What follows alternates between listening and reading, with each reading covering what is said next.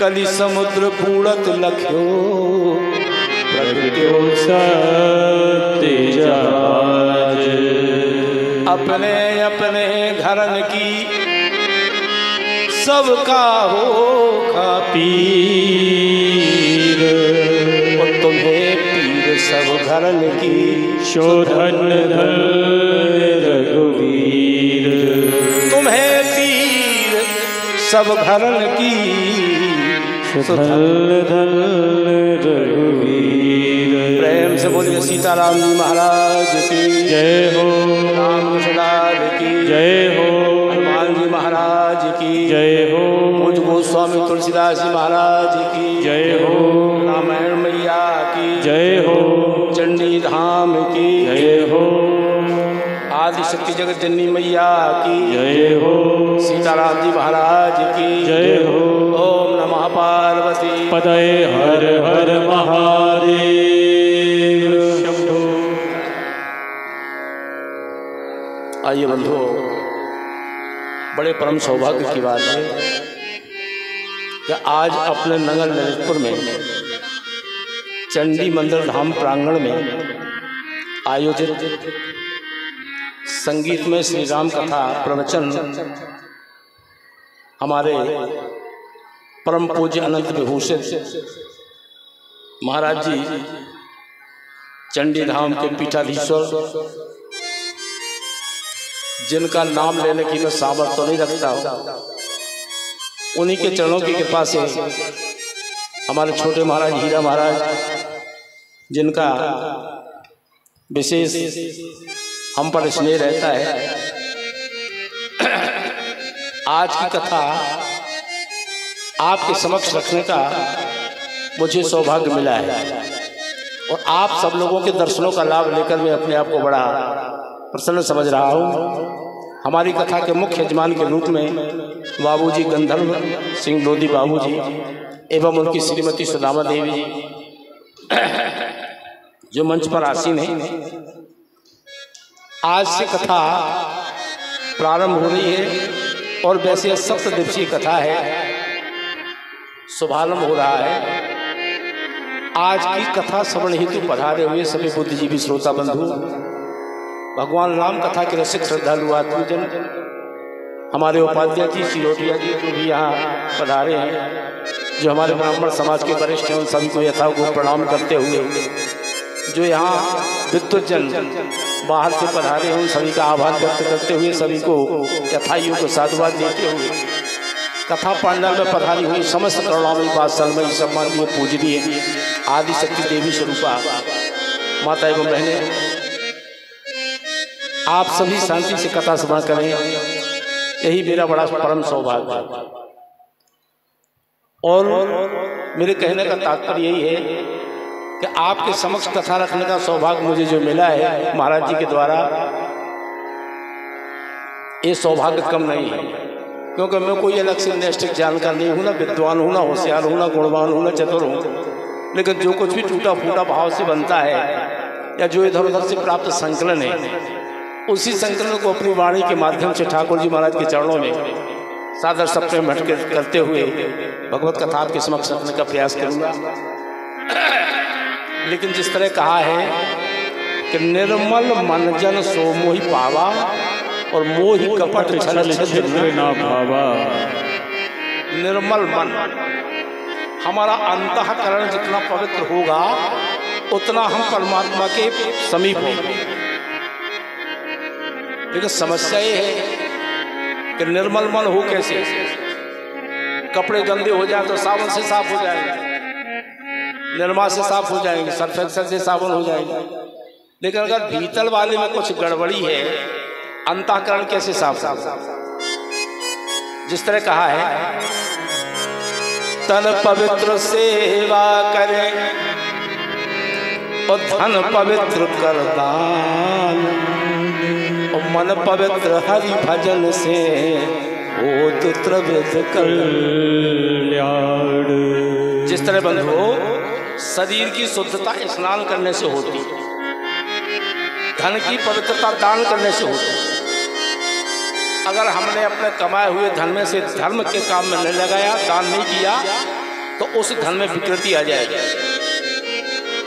जैसे एक कुआं है, कुएं से आप रोज पानी निकाल कर पियो और उसी कुएं पे आप 4 साल बिल्कुल न जाओ, तो फिर क्या उस कुएं का पानी पीने लायक रहेगा? तन पवित्र सेवा करें, धन पवित्र कर दान, और मन पवित्र हरि भजन से होत त्रिविधि कल्याण। तो आप सब कथा श्रवण करें, राम जी की कथा है, कोई साधारण कथा नहीं, लेकिन उसके पहले अपना अंतःकरण, मन, वाणी शुद्ध हो जाए हमारे। जो 2 मिनट भगवान का स्मरण कर लें ताकि हमारा मन, अंतःकरण, वाणी पवित्र हो, तत्पश्चात भगवत कथा आपके समक्ष रखने का मैं प्रयास करूंगा। आइए बोले बोले। जय सिया राम, जय जय सिया राम, जय सिया राम, जय जय सिया राम, जय सिया राम, जय जय सिया राम, जय सिया राम, जय जय सिया राम, जय सिया राम, जय जय सिया राम, जय सिया राम, जय जय सिया राम, जय सिया राम, जय सिया राम, जय सिया राम, जय जय सिया राम, जय सिया राम, जय जय सिया राम, जय सिया राम, जय जय सिया राम।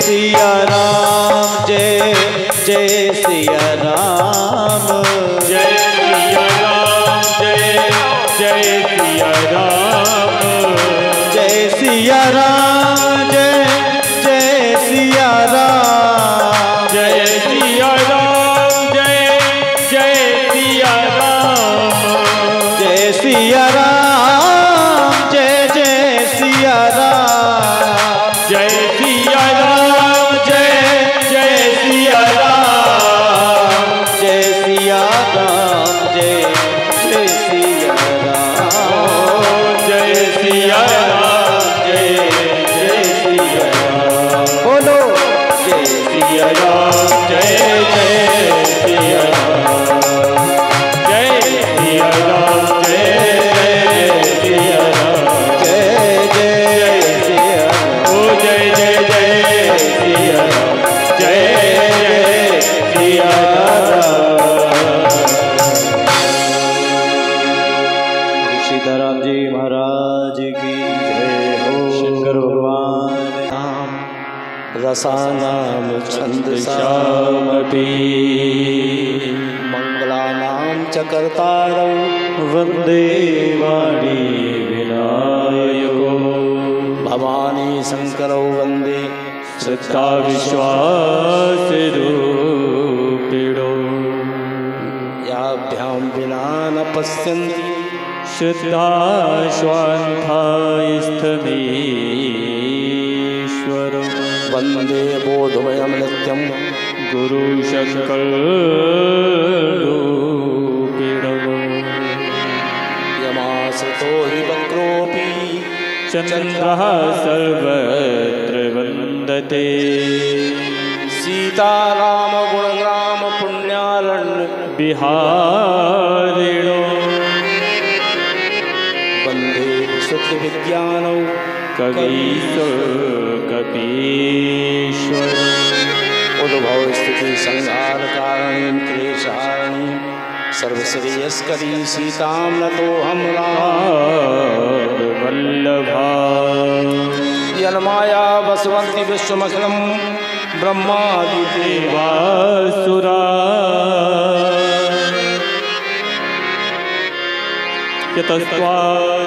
यतस्त्वादुरसेव भाति सकलं रज्जो यथा हे व्रेमा यत्पाद प्रभवेगमेव हि भवां भोधि तीर्षावतां वन्दे हम शेषकालं रामाक्रमीशं हरिं नानापुराणनिगमागं सम्मतं यद् रामायणे निगदितं क्वचिदन्यतोऽपि स्वान्ता सुखाय तुलसीरघुनाथे गाथा भाषा मंजलिमातिनोति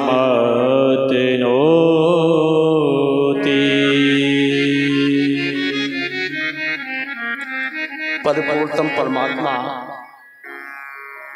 अकारण करुणा वर्णा नहीं, भक्त वांछित राघव सरकार के चरणों में प्रणाम करते हुए भोलेनाथ भूतेश्वर भगवान शिव जी हनुमान जी को सबको साष्टांग नमन करते हुए सभी पधारे हुए श्रद्धे कथा सब रही तो पधारे बुद्धिजीवी श्रोता बंधु, श्री राम कथा के रसिक श्रद्धालु आत्मीजन, हमारे कथा के मुख्य जमान बाबूजी श्री रामा मैया, आप यह कथा याज्ञवल्क्य जी महाराज भरद्वाज जी को कथा सुना रहे हैं प्रयाग।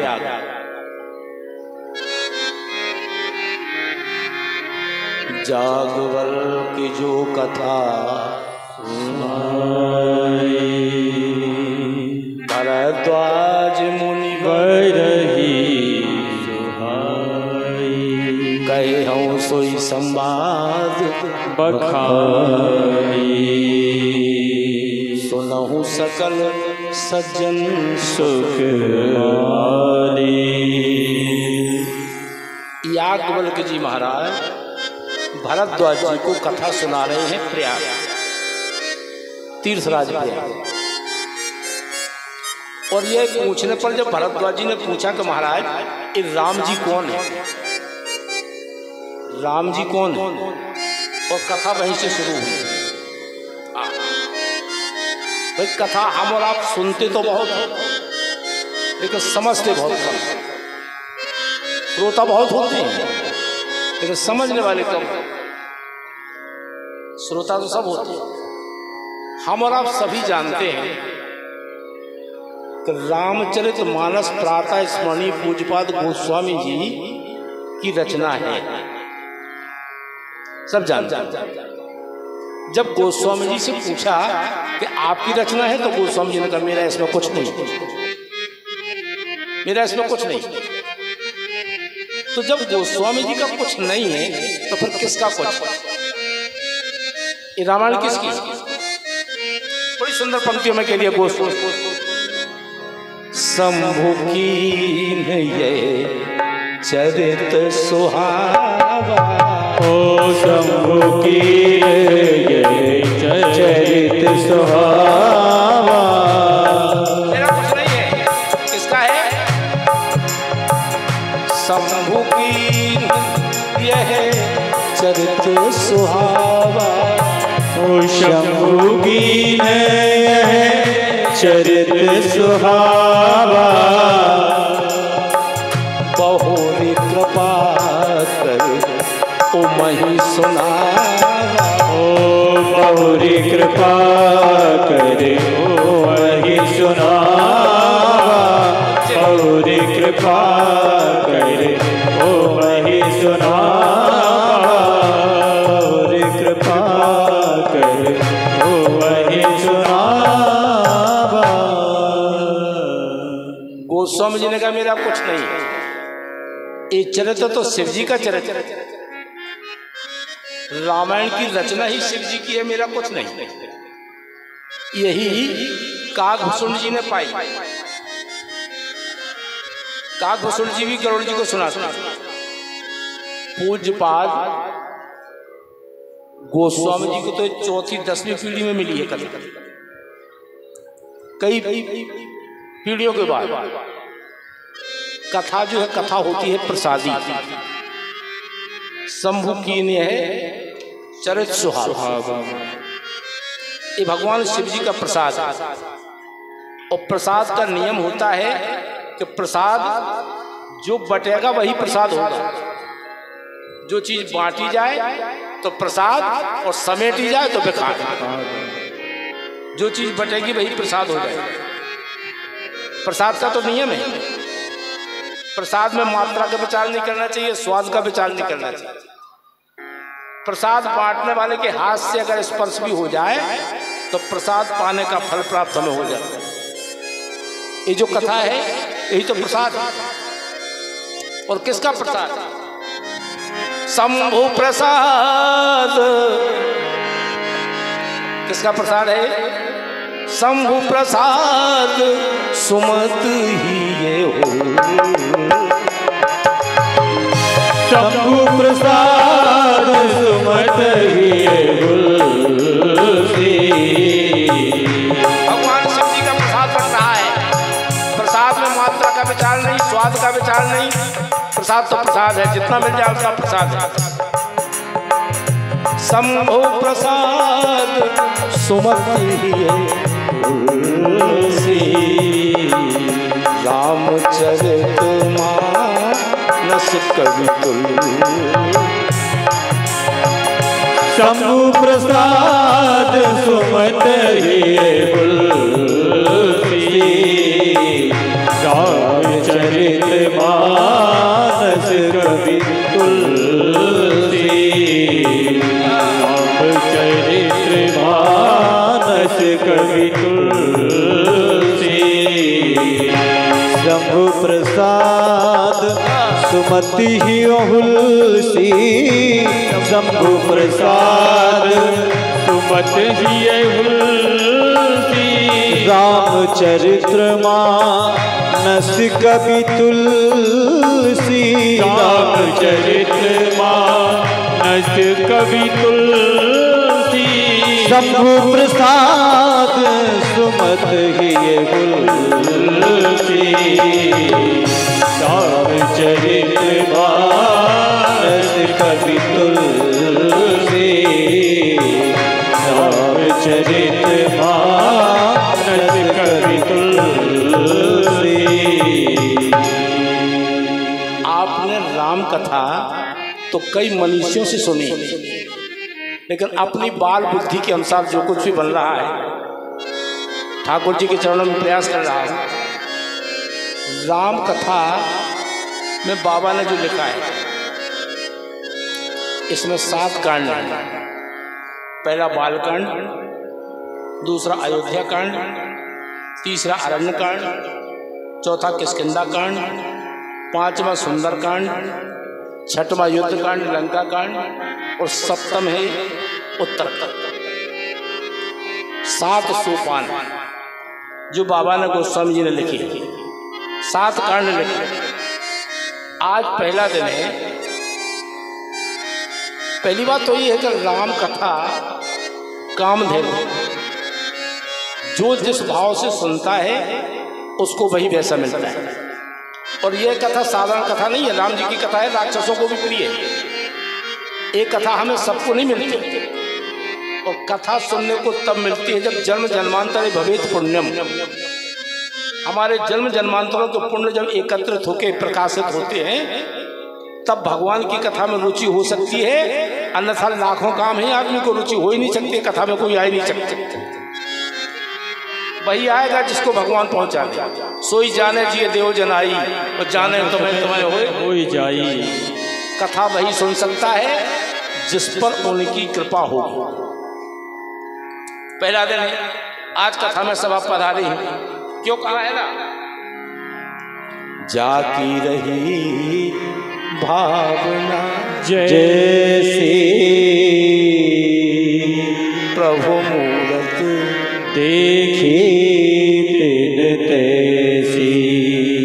तो आपसे यही निवेदन है कि कथा में शुद्ध होकर आइए, और कथा से जब अपने घर जाएं,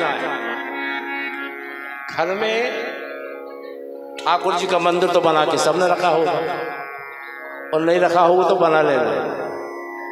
जिस घर में ठाकुर जी के बैठने का स्थान नहीं है वो घर घर ही नहीं है। यहाँ से जाओ ठाकुर जी के सामने बैठ के कहो भगवान आज हमने आपकी कथा सुनी और उस कथा का जो फल हो वो हम आपको ही अर्पित करते हैं। इसे कहते हैं रामार्पण, ब्रह्मार्पण, कृष्णार्पण। और जो चीज भगवान को अर्पण कर दी जाती है उसका महत्व पर और ज्यादा बढ़ जाता है। महिमा तो उनकी होती ही। यहां से जाकर भगवान के चरणों में बैठ कर हे प्रभु हमने आज आपकी कथा सुनी है और उस कथा का जो भी मिलता हो वो आपके चरणों में अर्पण कर, तब कथा की महिमा और ज्यादा बढ़ जाती है। फिर आप देखना 7 दिन की कथा जरूर है, लेकिन 7 दिन में आपके जीवन में कितना बदलाव आता है आप स्वयं करके देखिए। कथा तो वही है जिस कथा से हमारा हृदय अयोध्या धाम बन जाए, जिस कथा को सुनकर हमारा हृदय वृंदावन बन जाए, वही तो किस कथा है। जिस कथा को सुनकर जिन ठाकुर जी के निर्माण करके हम शिव काशी में पहुंच जाए, वही तो शिवार्चन। राम कथा आप जानते हैं कथा पढ़ना चाहिए शुद्ध होकर। रामायण क्या है? रामायण है वाल्मीकि। शुद्ध होकर वाल्मीकि रामायण पढ़ी जाए, लेकिन शुद्ध होने के लिए क्या पढ़ा जाए? तो शुद्ध होकर आप रामायण पढ़ेंगे, लेकिन शुद्ध होने के लिए रामचरितमानस पढ़ना चाहिए। जब रामचरितमानस पढ़ोगे तब शुद्ध होगे, तब रामायण पढ़ने का अधिकार होगा, क्योंकि वाल्मीकि ने लिखी है रामायण। और रामायण के प्रथम वक्ता है लवकुश और प्रथम श्रोता है राम जी। वाल्मीकि रामायण के वक्ता है लवकुश और श्रोता राम जी है, स्वयं सुनी होनी। ये कथा तो ऐसी कथा है। अब श्री राम कथा अति पावनी, सदा सुखद दुख पुंज नसावनी। भगवान की कथा सुख को बढ़ाने वाली और दुख का नाश करने वाली, सुख को बढ़ाने वाली और दुख का नाश करने वाली ऐसी कथा। आपको संसार में दर्द की दवा मिल जाएगी, लेकिन दुख की दवा है किसी के पास? दुख की दवाई है।